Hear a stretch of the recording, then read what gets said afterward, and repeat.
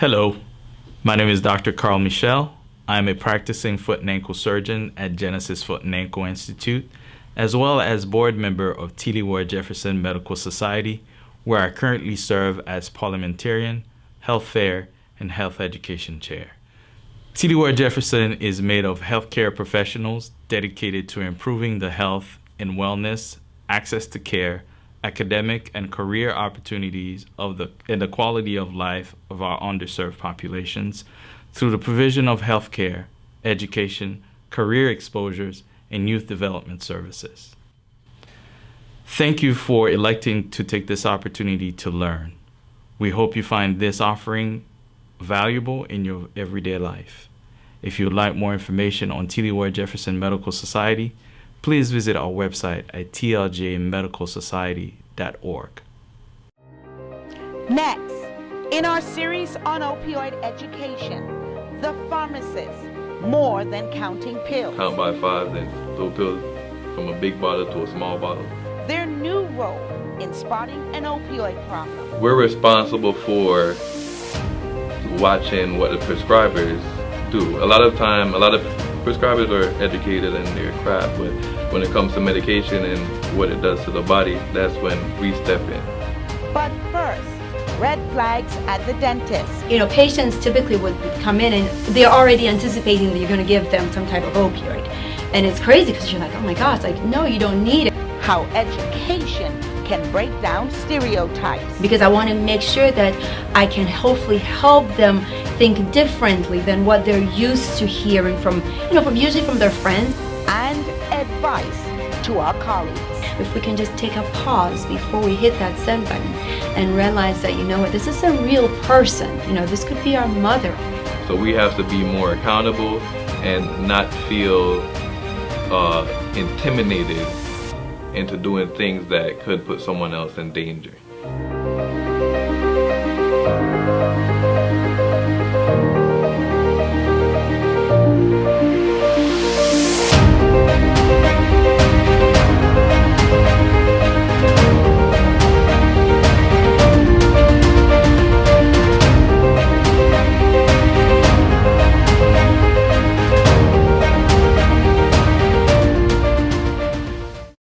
I'm Sandy Collier, and thank you all for being here with us this evening. Joining me is Dr. Flora Bensian-Chill. Dr. Bensian-Chill, thank you so much for being here. Why don't you start by telling us a little bit about yourself and your practice? Oh, most certainly. Thank you for having me here, Sandy. Yes, so I actually am originally from Ghana, West Africa. Came to the U.S. about 30 years ago. And we moved to Florida after I finished dental school. And I worked in Fort Myers for a little bit, but then my husband's job brought us over to this side of Florida. And just about a year ago, I opened a dental office in Delray, West Delray specifically. And we focus on just helping patients feel more relaxed at the dental office. I like to say I kind of went into dentistry naive about the fact that patients hate going to the dentist. I was not aware of that, to be honest with you. I'm one of those patients who hates going to the dentist. So, when I graduated school about 10 years ago, I said, this is great, let's start a business, blah, blah, blah. And then I hear people saying, oh, I hate the dentist. And then I saw the statistics about how people would rather go get I don't know what they would get instead of going to the dentist. And I thought, what? Really? So after working in different places, I did public health, I did private practice, and then decided, okay, let me do my own. Because after seeing all those aspects, there were different things that I wanted to incorporate into my own office. And one of the biggest things was a relaxing atmosphere. So we have a very spa-like office where patients, when they come in, we have, aromatherapy going on, we have headphones, we have pillows, we have blankets, we also have like I said, just oil therapy to just kind of help them relax. And we have, of course, Netflix. Netflix is everywhere. Absolutely. So they get to watch and chill and do whatever they need to do while we beautify their smile for them. Wonderful. So making the dental experience a lot more pleasant. Yes, our slogan is, it's time to love your dentist. Okay. All right. I think I'm going to have to come and see you. Certainly. Let's move right on to our topic tonight. Can you speak to us about your experience with working with low-income patients in Palm Beach County? Yes, I had the pleasure of working for about 2 years with Healthcare District of Palm Beach County, and they have an amazing program for patients who are either underinsured or just low-income populations that don't qualify for different programs. And it was a great experience working with them and trying to educate them on, just their oral health care needs and different things like that. What was the biggest problem that you saw when working with the population? Honestly, neglect, whether intentional neglect or really sometimes unintentional. Especially patients who come in with their kids, kids with mouthful of decay, cavity infections, and for, like I said, most of the time you could tell for lack of education, or sometimes the parents were very busy. Sometimes they have two, three jobs, so time to really spend to nurture their child's oral health was difficult, and even for them themselves. Sometimes they'll say, "Oh, you think you see that with my child?" It's like, "Oh, you don't want me in your chair," and I'm like, "No. Let's talk about it. Let's educate. I wanted to work on educating them so that the child could see what needed to be done and when they started doing changes, that helped, foster that change in their kids as well. Because sometimes also with teenagers, it wasn't just their 4 or 5-year-old. 4 or 5-year-old is different in what they can do. But a teenager, when they start seeing their parents make some changes and their parents reinforcing that, it makes a huge difference because emergency room visits for kids and adults, alike for oral health it's incredible. It's not just a cost, but the amount, the number of people who overwhelm the system, the hospital system or the urgent care system with toothache. And sadly, when they go, there's not much the hospitals can do for them or the urgent care can do for them. Sometimes if they're lucky, they may give them antibiotics and say, okay, go find a dentist. So you have to get back to the dentist anyway. Exactly. So what dental procedures would usually require the use of pain medications post-operative? Oh, quite a few, but mostly extractions. Okay, and then when we talk about extractions, we have two main types of extractions. We have what we call routine extractions, and then we have what are called surgical extractions. Routine, most of the time the tooth is already kind of loose or it doesn't take much to, get it out. So those usually we don't anticipate a lot of pain from them, but, everybody's pain threshold is different. And then with surgical extractions, that's where we may have to, make some space around the tooth to be able to get the tooth out. May mean like moving the gum away from the tooth a bit and then maybe removing some bone from the tooth or maybe even sectioning the tooth to take it out piece by piece. What are some strategies you use to ensure your patients are given the best care in order to limit their risk of opioid addiction? Well, it always starts with, obviously trying to be as gentle as you can. They say physician do no harm.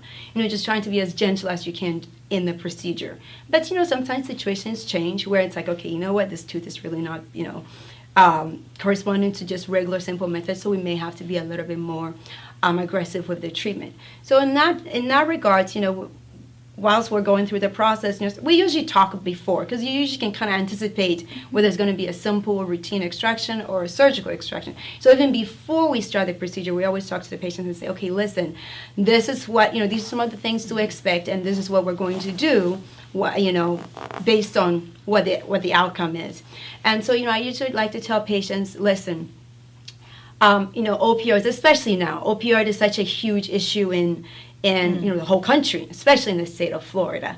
So, I always like to tell patients, listen, opioid is not, narcotics is not something that I like to give as a first line of drug for my patients after surgery. I mean, sometimes, like I said, we do some very invasive surgery. Sometimes it may be where we have to remove some bone for different contouring procedures. And so, patients typically would come in and they're already anticipating that you're going to give them some type of opioid. And it's crazy because you're like, oh my gosh, like, no, you don't need it. But that's like the mentality patients have now because it's like, oh yeah, I went to the dentist, I had such and such, and they gave me Vicodin or they gave me Percocet. And so sometimes they even come in with that language, which, to be honest, sometimes if you go to your dentist and use that kind of language, it raises a red flag. I'm just going to tell you that because, it's like, Absolutely. okay, it raises a red flag because that's not really the normal day-to-day pain reliever. But anyway, so going back to, doing a procedure and helping patients, anticipate what to expect and what not to expect, I like to tell them, listen, we have different pain receptors in our body. One of the researchers, or actually many researches that have been done, shows us that there are pain meds called NSAIDs, or non-steroidal anti-inflammatory medicines. What they do, it's like things like ibuprofen, naproxen, like Aleve, Advil. Those things, or Motrin, those things help relieve inflammation. Basically, they help reduce swelling. So that's very, very, very important. So those are alternative medications that... Exactly. Those are alternative medications for to relieve pain. And those things have been found to be very effective, like extremely effective. And then, you have other pain medicines like Tylenol, acetaminophen, and that works on a different type of pain receptor. So what research has found that giving patients those medicines in alternating, usually I'll say, okay, take a Motrin at noon, and then at 4 p.m. take a Tylenol, and then at 8 p.m. take a Motrin, and then at midnight take a Tylenol. Basically alternating like every 4 hours or so makes amazing difference in pain relief for patients. So this rolls right into our next question, doctor, about the importance of patient education when it comes to the management of their own pain. Yes, I am a firm believer in that. I really believe in spending that time to educate my patients before we even do anything, because I want to make sure that I can hopefully help them think differently than what they're used to hearing from usually from their friends. The friend may say, oh, I went to, the doctor, the dentist, and they did X, Y, Z. I remember for me, I had my wisdom teeth extracted when I was 17 years old, and the oral surgeon sent me home with Vicodin, and I ended up, I just had terrible nausea from it. After the first day, I couldn't take it anymore. So I think my mom just ended up giving me Tylenol or what have you, and I was fine. But when patients, unfortunately, sometimes as physicians, we want to just not have to worry about the patient having any pain. So it's like, let's just give them this thing, let's just give them this, narcotic, because, honestly, it's easier for us. We don't have to worry about, well, what if they still have pain, or, it's like a guarantee. But, obviously now we're starting to realize that's not necessarily the best thing, to just throw that opioid or that narcotic at the patient, because it actually ends up causing more harm than good. And surprisingly, Cindy, they've actually been doing research that they find now that opioid is not necessarily the best pain reliever for some patients. Like, the results they get from that is not that much different or greater than they would get from an over-the-counter like Motrin, Aleve, Advil, or Tylenol. In terms of pain? In terms of pain, exactly. It just has an addictive factor. Yes. So, doctor, let's talk about some of the challenges you faced when dealing with patients who lacked access to care, like our homeless population. Well, so one of the things, interesting enough, we have such a diverse population here in South Florida.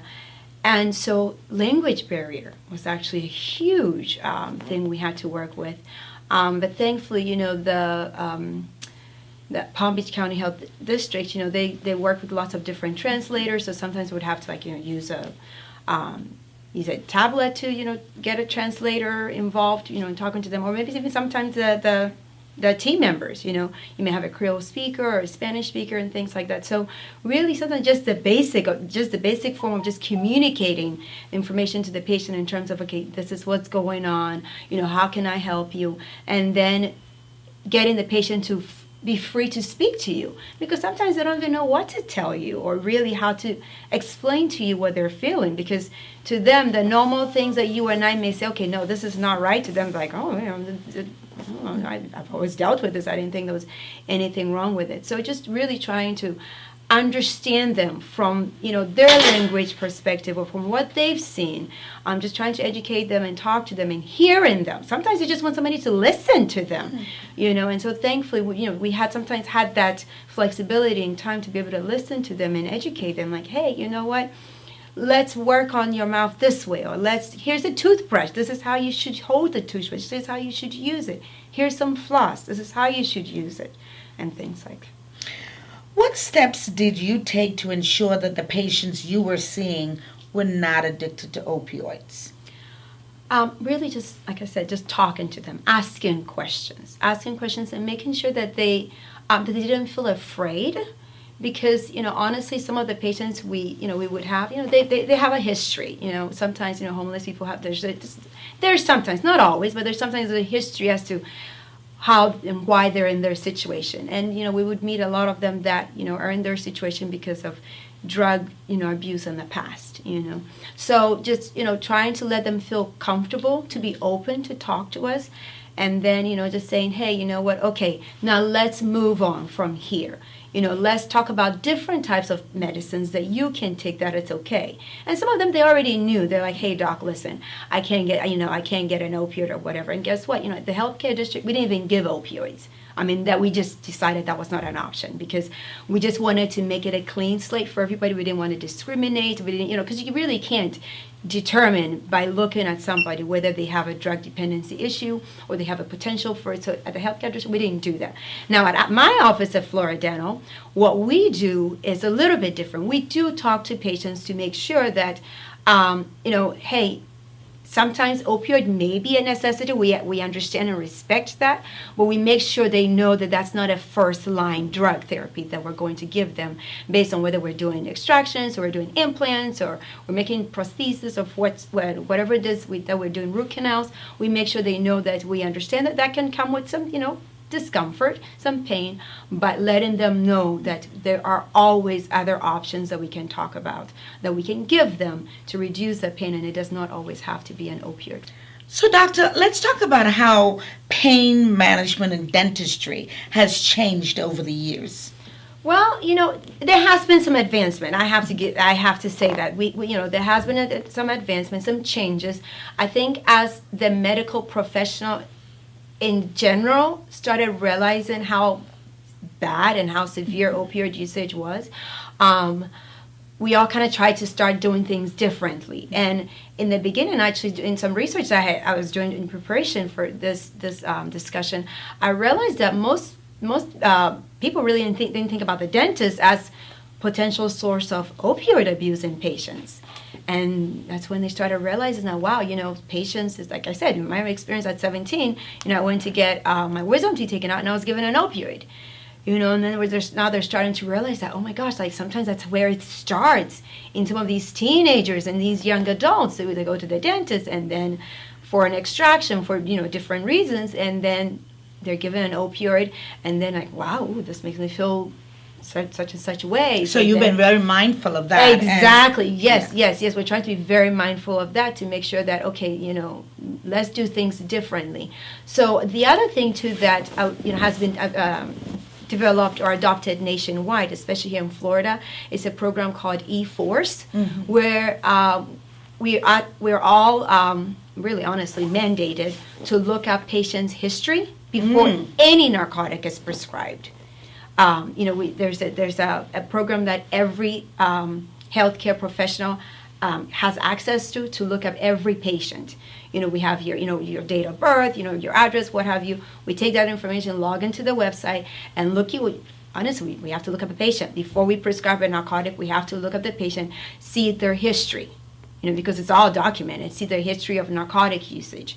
See, okay, when was the last time they were given narcotics? What were they given it for?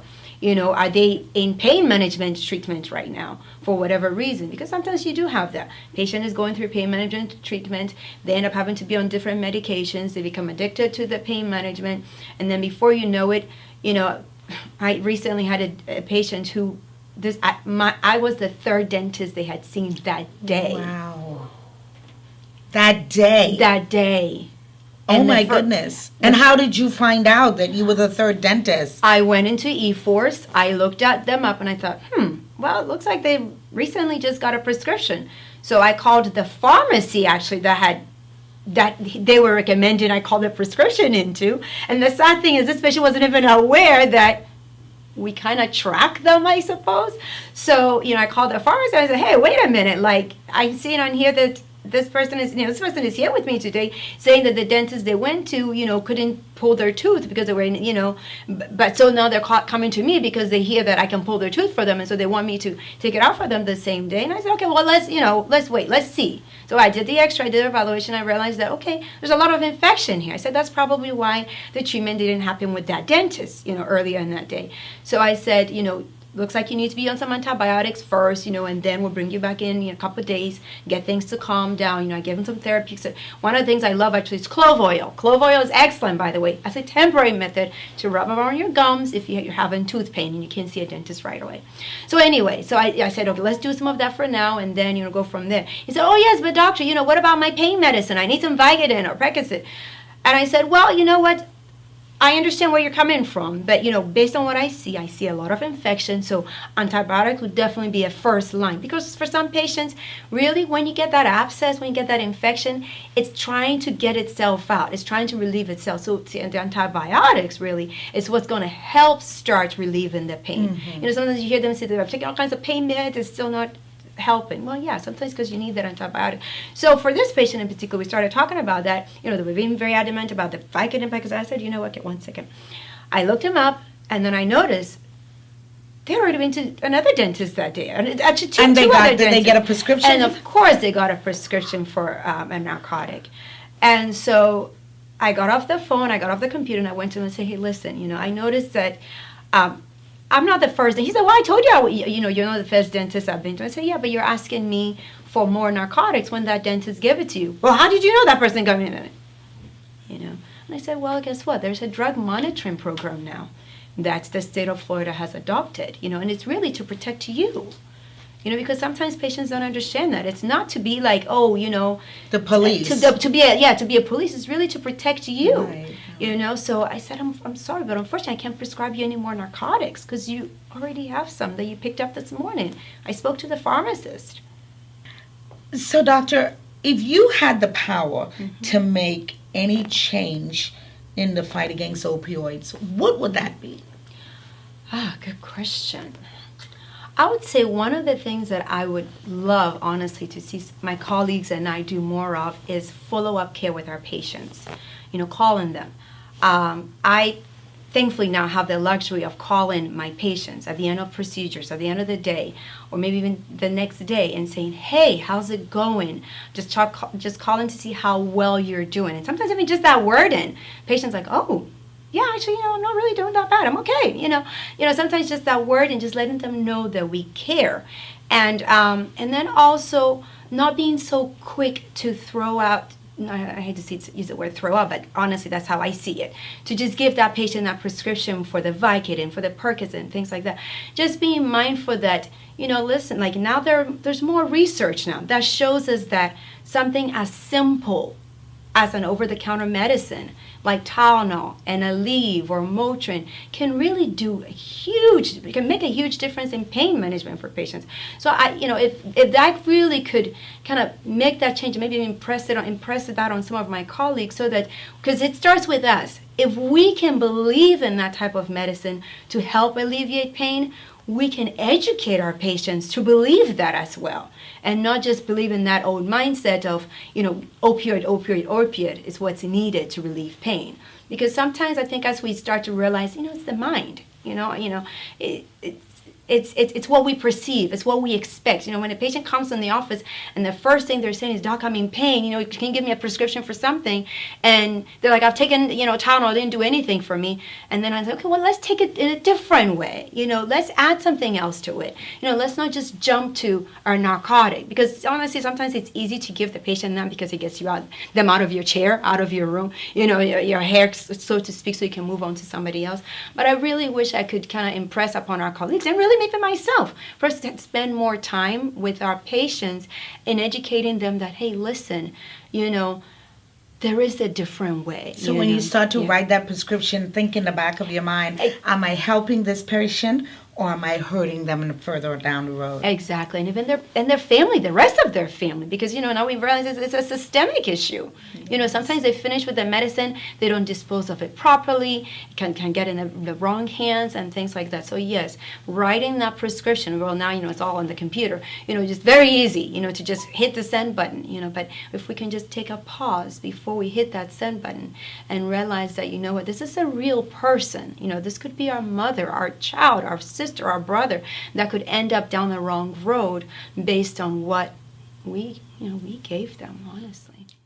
So, doctor, we have a lot of medical professionals listening to us this evening. What advice do you have for them as we close out? So, honestly, spending that time, even if it's just an extra minute or two, talking to the patient and letting them know. And if you don't have the time, I notice that, sometimes some patients, they'll listen to my hygienist or my dental assistant. I'm sure for you, they'll listen to your MAs, while they're taking their blood pressure or what have you. Like, hey, you know what, yes, you may experience some pain or discomfort after this, but know that we really do have the best, your best interest in mind. And so, let's try a different type of pain modality. And also just checking up on the patients. These days, everybody loves to be on their cell phone. So, and I just send a simple text. Hey, just check, this is Dr. Flores, just checking to see how well you're doing. And you don't even have to be the one to send that text message. You can have somebody designated in your office to send that text message. But I see it goes a long way to letting our patients, especially patients in our community, in our practice, it helps them know that we care, and it also grows their practice. Doctor, thank you so much for being here with us this evening. We had a wonderful conversation. I learned a lot from you. I'm Sandy Collier. We'll see you again next time.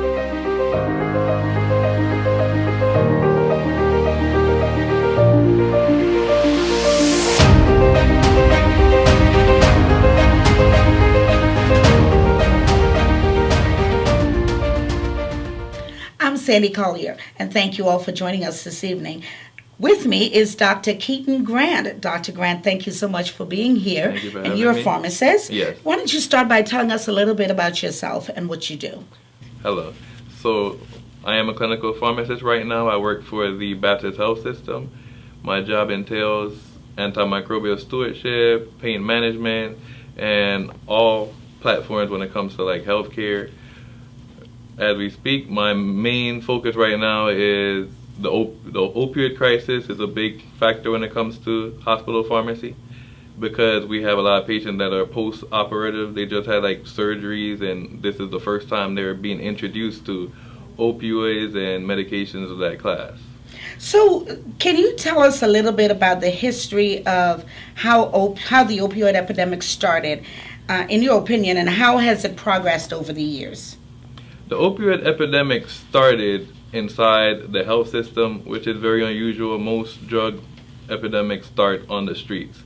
So what happens is a lot of patients, they get introduced to these medications for a legitimate reason, whether it be a car accident or post-operatively. And after they run out of their medication, the ones that do develop an addiction or dependency on it, which is two different things, there's addiction and dependency, they seek these medications afterwards, whether it be on the street or continuously shop around at different doctor's offices to get access to them. Explain the difference between dependency and addiction. Dependency is defined as your body believes you need this substance to function and do regular tasks, whether it be going to work, having a conversation with family, going out for a walk. You believe that you really need a substance. So your brain really becomes dependent on this. Addiction is more as the behavior that stems from dependency, where you go above and beyond just to get access to these products. What is the role of a pharmacist in the healthcare delivery? And how does that pharmacist serve as an asset in providing healthcare to the community? So the role of a pharmacist is the final check and the final decision before any medication or care is given to a patient. We're responsible for watching what the prescribers do. A lot of prescribers are educated in their craft, but when it comes to medication and what it does to the body, that's when we step in. And we have to make sure that we let them know when something doesn't seem right, or this might not be the right choice for this specific patient based off what we see on lab results and everything else that has to do with the patient. As a pharmacist, how has the laws changed over the years? We transitioned a lot into the clinical aspect of things. So we transitioned from being regular pharmacists that push pills that everyone know about, that count by fives and throw pills from a big bottle to a small bottle, to the clinical aspect where medications have grown over the years. It went from probably back in the 80s, a couple hundred pills to 300,000 different types of medications on the market with different adverse reactions and drug-drug interactions and different risks that we have to consider. So they had to come up with the PharmD, the doctor of pharmacy, people that study these medications extensively to assist the nurse practitioners and all the physicians and every provider in using them. So let's talk about the importance of the relationship between the pharmacist and the physician, and why is it so important as it relates to opioids?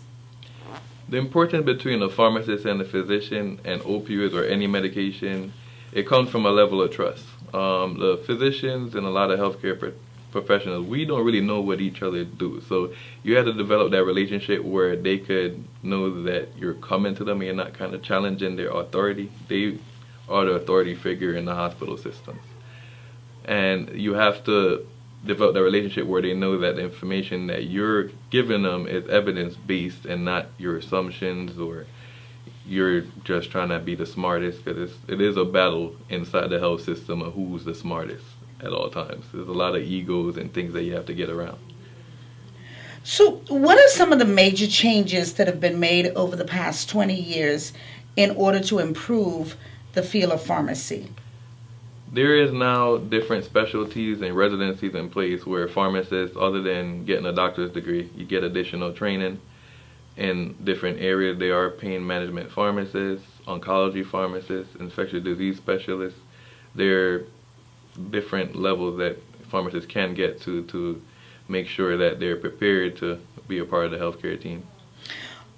Let's talk about some red flags.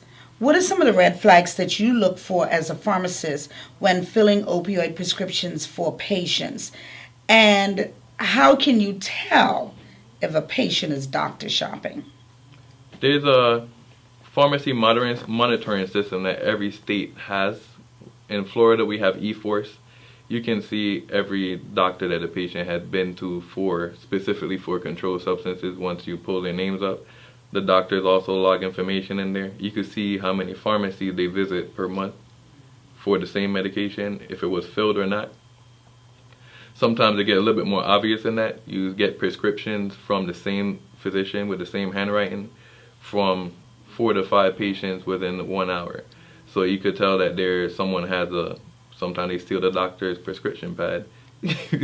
And we've had issues with that. I've had to be a part of investigations when they're trying to follow drug rings, because a lot of things that happen now, sometimes there's fake prescription pads, or someone might call in pretending to be the doctor with a doctor's DEA number, but you could kind of tell that they're in character when they call. I've had situations when I was working in retail where the person that comes to pick up the medication has another person on side of them coaching them and what to say to me at the counters if I can't hear them. So it gets pretty obvious when we're dealing with red flags. How do you handle that? You have to be very sensitive with it. They are trying to pretend to be a patient that needs your help, and you can't just outright deny the help. You got to give them a reason. If I'm not going to fill the medication, I'm not going to fill this medication because you just picked this up last week. I can't fill it for you 2 times in 1 month. Is not safe, and it's not good for me as a provider to provide that to you. You have to give them a reason. You can't just say, no, I'm not going to do it. They'll go call your corporate offices at times because as per their character they're playing to get the drugs, because some are addicted. They're in need, and they'll go through any extent just to make sure that you have what they want and you're going to give it to them. So if you suspect that a pharmacist, a doctor's prescription pad has been stolen, how do you handle that? What's the protocol to handle that? Usually you could call the office and let them know that you've been getting a lot of medications consistently with the same pad. A lot of times they'll call us. Like, I'll get calls throughout the week from a provider, and they'll let me know, look, someone's been using my prescription pad. Be very careful. Give me a call before you fill anything under my name. There are providers that do that. Wow. So let's move on to the next question. I got mesmerized by listening to that.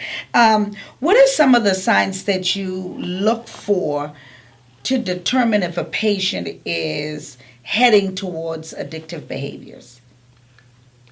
I've seen with a lot of patients over the years, the first time they come to pick up like a Percocet or Vicodin, and as the months progress and they go from being treated for a car accident to long-term treatment of some chronic pain that they have, and their behaviors towards it change. It'll be someone you have a great relationship with in the community. As a community pharmacist, you develop friendships just like you're in a church or any community atmosphere.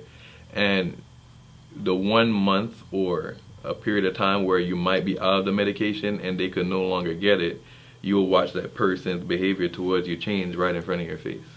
And then you realize that something's not right. Is there a key difference between the effects of opioids versus over-the-counter pain medications? Yeah.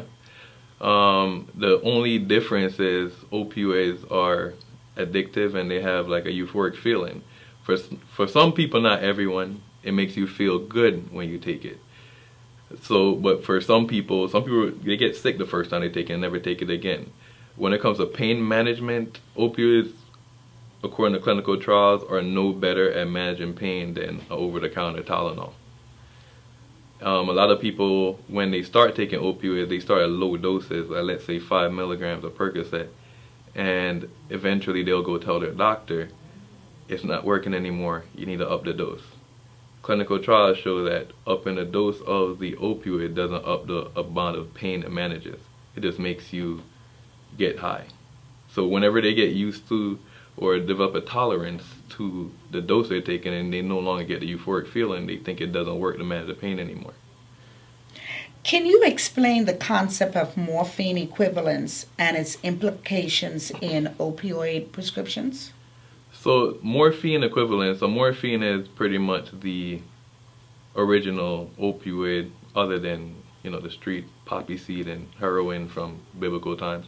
So every opioid, they pretty much calculate the strength based on morphine milliequivalents. And each opioid, like fentanyl, has one of the highest grades of morphine milliequivalents versus oxycodone. The amount of morphine, or MME they call it, in each opioid kind of indicates the likelihood of causing overdose. So describe how pain management is handled in the Black community by healthcare professionals. So in the Black community, pain management is handled, I think a lot more skepticism is given towards Black people that do go out and seek high strength in opioids. You might see it in your families, or you could look into studies that's been done on it. We're at least likely to be given the optimum amount of pain management for most situations. But let's say in the hospitals, a lot of times we're seeing where Black women or anyone of color going to the hospital complaining of feeling pain, and there's a level of bias where some people believe that their tolerance for pain is higher. So you're at least likely to be given morphine and opioids in certain settings, to be honest. But right now, the opioid crisis is one of those drug pandemics that the reason it's a big deal is there's not one subgroup. It's not like the crack epidemic where it was one subgroup that gets targeted by it. This crisis affects the middle class, the wealthy. One of the things I did in pharmacy school, I worked with an organization called Generation RX. So before the opioid crisis went mainstream, that was an organization that was working towards the whole getting everyone aware about it. We actually made an organization here in Palm Beach Atlantic where some of the students went out and got media attention for it. And that was in 2017 when the opioid crisis was at its peak and more people died from overdose than any other disease or condition that year. So what we did see a lot when we did a Generation RX, we went to like an opioid anonymous meeting and we met with people that were battling addictions and different things happened to them in life. Most of the people that were dealing with addiction that we met weren't the typical people you think looks like drug addicts. It's not the stereotypical addicts that we see on TV. It's or moms and dads and regular people that have a lot of high-ranking jobs, people that are in stressful situations that end up losing everything because of addiction to Percocet or Vicodin. And that's why it's such a big deal right now to the government. What role does the entertainment industry play in the influence of the use of opioids in the black community, in your opinion? They play the biggest role. Why is that? It's mainly because we're least likely to get opioids from healthcare practitioners. So a lot of the opioids we get comes in the form of like cough syrups. You hear a lot. We have a song, Molly Percocet. Every rapper has a song speaking about the amount of codeine they put in their Sprite. That is a form of opioid. And that's the direction that we go into when it comes to opioid use that affects our community and our young people. A lot of influence rappers like Drake talking about using Xanax as a source of getting high and getting through the day. Adderall. You could, if you listen to the lyrics, especially when you understand, sometimes they use the brand or the manufacturer in their rap lyrics, right? When bragging about how much drugs they use. So and the community hears that and they act on it, and it affects the younger people. It affects the inner city areas a lot. Right now, most of the drugs that are being abused in those communities are pharmaceuticals because of that's what they're hearing, that's what the music says. if you had the power to change anything in order to combat this opioid crisis, what would that be? If I had the power to change anything in order to combat the opioid crisis, it would be for more providers to be proactive. Before giving a patient these medications the first time, actually do an evaluation. A lot of background needs to be given. Ask patient questions like, do you smoke cigarettes? Do you drink alcohol? Different things that could indicate an addictive personality can stop the patient that would go on to be addicted. Not everyone that gets opioids become addicts, but a lot of people that do become addicts have other addictive traits before even trying their first opioid medication. I like to eat ice cream. You think I have an addictive personality? it depends how dependent you are on the ice cream. If you needed to go to bed, then you probably shouldn't get any opioids. So, doctor, on a serious note, we just talked about me being addicted to ice cream. Do we need to ask other questions beyond the standard, do you smoke, do you drink? Because most people probably won't admit that they're addicted to drugs or a narcotic. So as a doctor, do you have to be a detective? Let's talk about that. I think there definitely needs to be more detective work done, especially when you look into the pain management clinics. There's a lot of those, and most of the medication they do prescribe are opioids.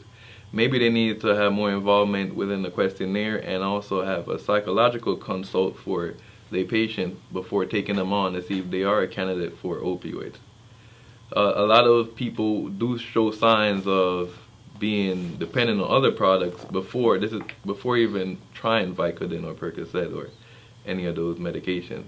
They have a history of being addicted. It could be to video games, it could be to food or anything else like that. Everyone has their own vices or ways of dealing with personal trauma and life experiences, and that's what it really comes down to.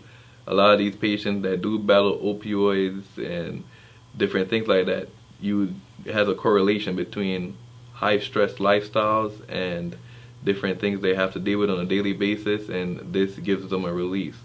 So if a detective work and a lot of effort is put into filtering these patients out from the beginning, it kind of reduces the amount of people that end up getting access to these medications in the first place. So there is hope. There is hope of handling it, and I think we've been doing a lot more on the technology aspect, having e-force in place, and there's also now limits on if a person gets an opioid for the first time, they only could get for up to 3 days in Florida. And if it goes above 3 days, it has to indicate the type of pain and a diagnosis code. Does this patient have cancer?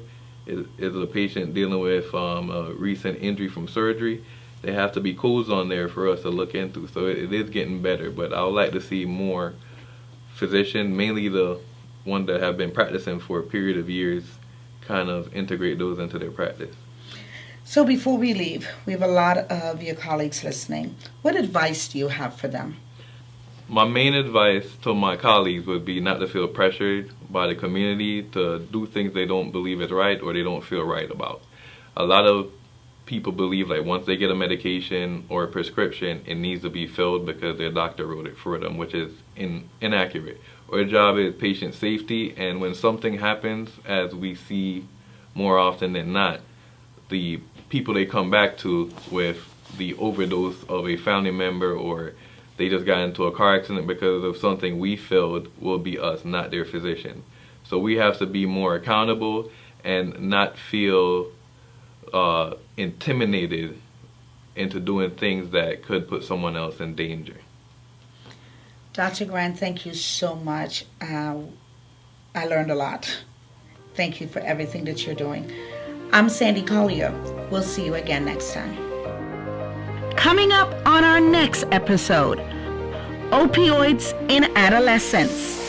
The adolescent brain, which still struggles with this idea of invincibility and being invulnerable and not having to worry about the consequences of one's actions, makes it extremely vulnerable when it comes to substance use. And how a small change in the message may make a big difference.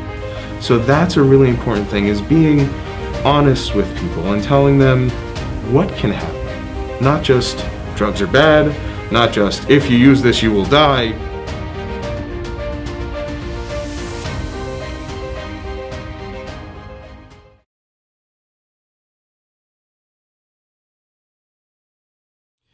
On behalf of our organization, we would like to thank you for electing to take this opportunity to learn. We also would like to thank our team and panelists for helping us make this project possible. If you would like more information on T.D. Ward Jefferson Medical Society, please visit our website at tljmedicalsociety.org.